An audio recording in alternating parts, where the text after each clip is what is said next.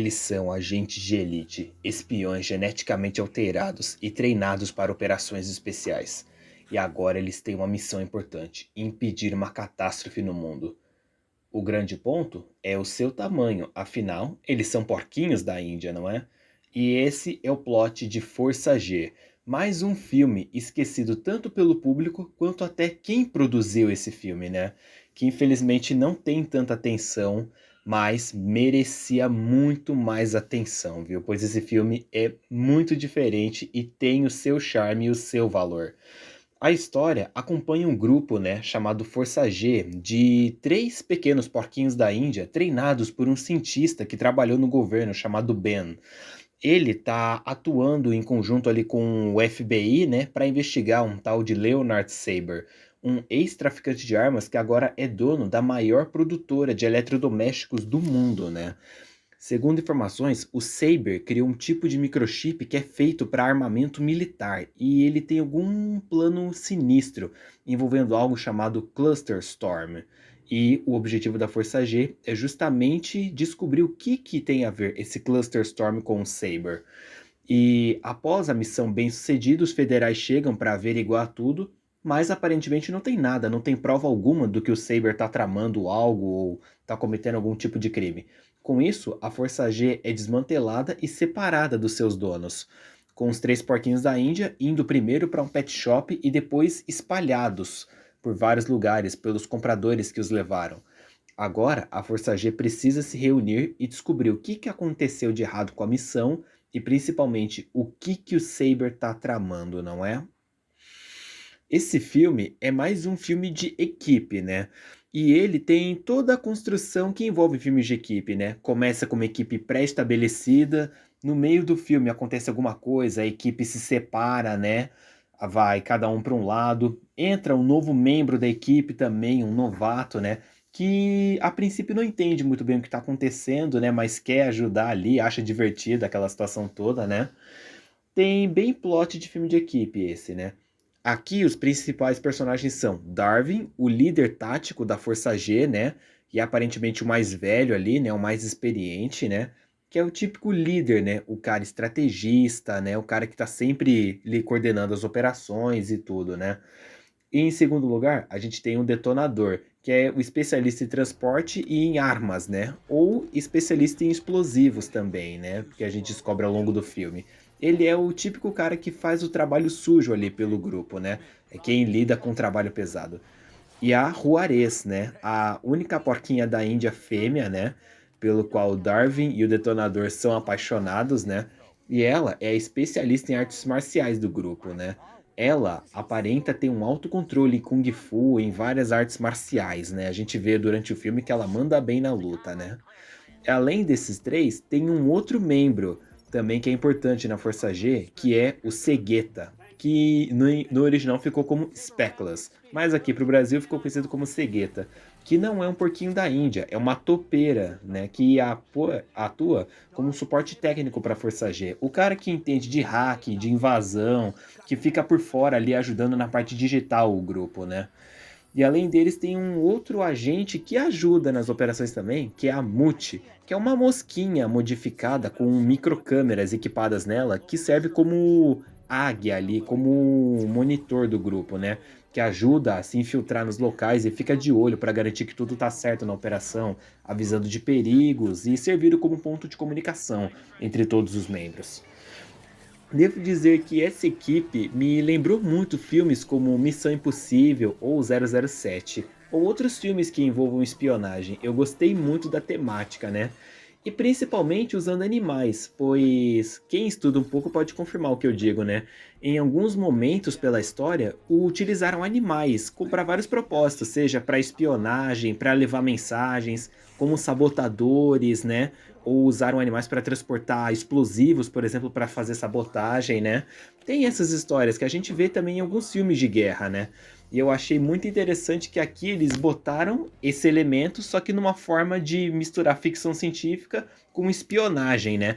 Onde em vez de ter os humanos atuando, os humanos atuam mais no background, né? Que é o Ben e a Marcy, os donos dos três porquinhos da Índia, e foram quem treinou o grupo todo, né? Eles atuam mais no background da equipe, né, fornecendo equipamentos e tudo, né, enquanto a Força G é quem faz o trabalho de campo mesmo. E sabe, além deles tem um outro recruta que entra, que é o personagem que não entende nada da equipe, mas quer fazer parte, que é o Hurley, que eles encontram quando eles vão para uma lojinha de pet shop, né, depois de serem desmantelados. A princípio ele pensa que eles só são porquinhos da Índia descolados, diferentões, né, e quer fazer parte do grupo, né. Ele não tem noção que de fato eles são agentes espiões de elite, né. E depois, é claro, o Hurley fica com eles, quer sempre ajudar, mas ele é todo atrapalhado, né? O típico personagem atrapalhadão, né? Que acaba ajudando de um jeito ou de outro, né? Ou em alguns momentos até atrapalha um pouco. Mas é também um ponto de humor do grupo, né? Um ponto que eu gostei bastante foi o Hurley também, viu? Pois o trabalho dele como o ponto de humor foi muito bem acertado aqui, viu? Pois você dá muita risada em várias cenas dele, né? Aliás, eu digo, se tivesse uma continuação, eu queria ver como que iam tratar isso. Se o Hurley ia continuar com esse trabalho de ser o cara piadista do grupo, ou se eles iam botar, por exemplo, alguma especialidade pra ele, né? Talvez especialidade em transporte ou alguma coisa do tipo, né? Porque cada um ali tem a sua função, né? E o Hurley também merecia ter a sua própria função no grupo, né? Além disso, nós temos outros personagens secundários, como um outro hamster chamado Buck, né? Se eu não me engano, chama Buck, que também vive na loja de pet shop, né? Que é outro ponto de comédia, junto também com os ratinhos que vivem numa gaiola do lado da gaiola dos parquinhos da Índia, né? Que dão algumas cenas ali que você pode dar risada também, viu? Que são boas cenas que fizeram com eles, né? Algumas piadas bem legais.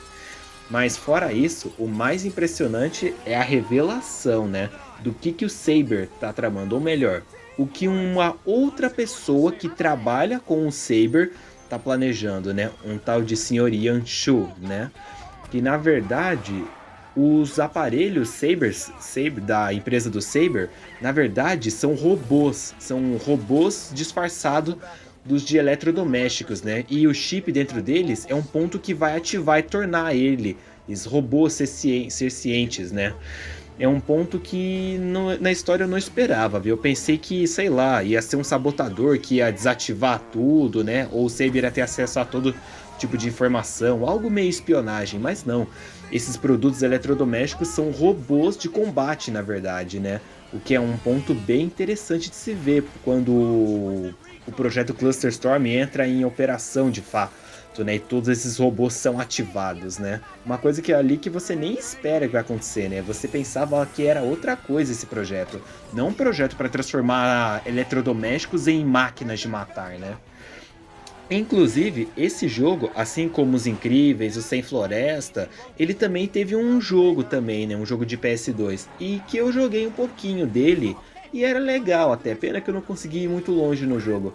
E no jogo ele explora bem esse ponto dos produtos do Saber serem robôs, né? Onde cada produto realmente vira um robô ali, né? Onde, vamos supor, uma cafeteira que a gente vê no filme vira um tipo de robô, uma geladeira vira um outro tipo, né? Por exemplo, até um mouse, por exemplo, vira um robozinho, o ferro de passar roupa, né? Uma máquina de lavar, um fogão, que nem a gente vê um pouquinho no filme também, todos eles viram robôs. E o engraçado é que no jogo, cada um tem o seu estilo de combate, luta de um jeito e tem um jeito de você ganhar deles, né? Eu achei bem interessante isso, do jeito que trabalharam. Eu sinto que trabalharam melhor no jogo do que no filme, porque no filme é só um pouquinho no final que a gente vê isso, né? Apesar de que também tem uma luta ali contra um desses robôs, que na verdade é a junção de vários eletrodomésticos, né? Que é um forno, uma torradeira e um micro-ondas, tudo junto, combinados num robô só, né? Numa luta dele com a Força G, que é uma ceninha de ação muito da hora, viu? Eu gostei bastante dessa cena de ação. Fizeram um confronto final ali bem legal, né?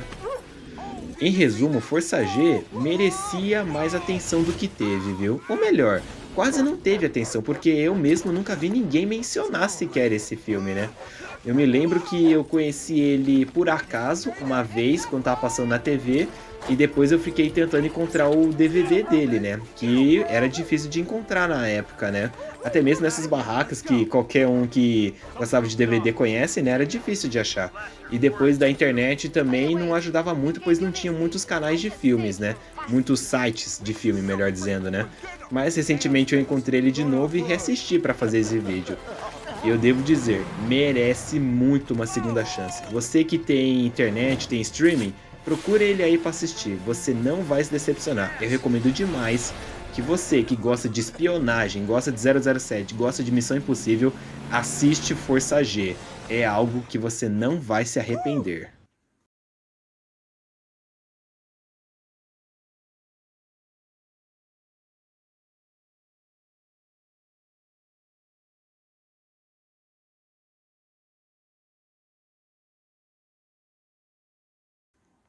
Bem, é isso. Essa foi a minha opinião. Se você tem opinião diferente, deixa aqui nos comentários. Aproveita e comenta aí. Você já conhecia a Força G? Tá conhecendo agora? Escreve pra mim aqui. Se gostou, clica no gostei, compartilhe para os seus amigos, apresenta para quem gosta de filmes de ficção científica, de filmes de espionagem, tá? E apresenta o meu canal também. A gente tá direto e reto falando sobre cinema e sobre filmes aqui.